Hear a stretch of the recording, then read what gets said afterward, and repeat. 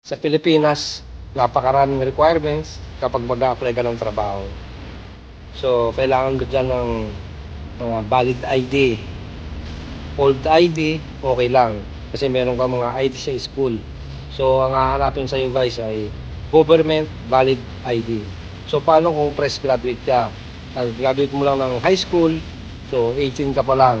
At wala ka pang kakayahang kumuha ng mga passport o kung ano-ano pa. So, napakahirap talaga guys. So, halimbawa, kukuha ka ng ayuda sa bayad nyo. So, ang hahanapin sa yung requirements, valid government ID. So, wala kang hapuno kasi kagagraduate mo pa lang ng high school. Ang mga dala mo lang ay mga birth certificate, PSA, at old ID galing sa high school. O kaya mag-apply ka ng trabaho. So, hahanapan ka pa minsan ng valid government ID. So, meron din pagkakataon na kukuha ka ng national ID online sa e-gov. Pagkatapos mo mag-fill up, submit your ID, government ID. So, kaya ka nga kukuha ng government ID kasi wala kang government ID. Pero, hinihingi sa'yo. So, paano nangyari guys? Napakahirap ng ating sitwasyon dyan sa Pilipinas. Napakaraming ID na pinaiikot-ikot. So, ang tawag dyan sa pinaiikot-ikot na Catch-22. So, ayan. Kailangan natin mag-provide ng mga government ID at kung ano-ano pa. So, kung kukuha ka naman, halimbawa ng postal, so, sa tingin ko, may bayad yun. Mga 700 yata. So, paano yung mga fresh graduate, yung walang kakayahan magbayad ng mga government ID. So, dapat po, tinatanggap po yung mga school ID o yung mga birth certificate, PSA, kapag kailangan mag-ayos ng dokumento o may kukuhanin na ayuda.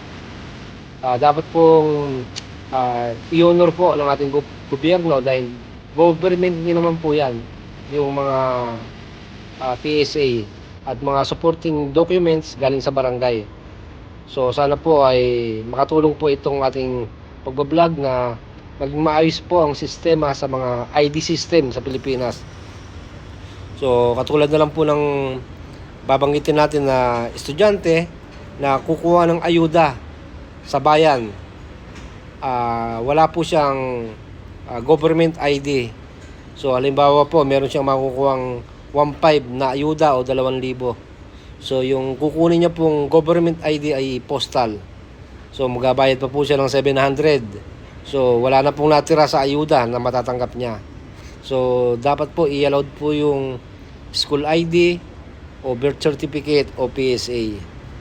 O kaya ay barangay clearance. Medyo mura-mura po yun. At madalas malibre pa sa barangay.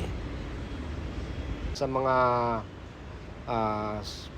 padalahan ng pera, katulad ng mga kung ano-ano dyan, Cebuana, ganyan, o mga Western Union. So, hahanapan ka ng 2 valid ID. Minsan ay government ID pa hinahanap. So, wala kang government ID.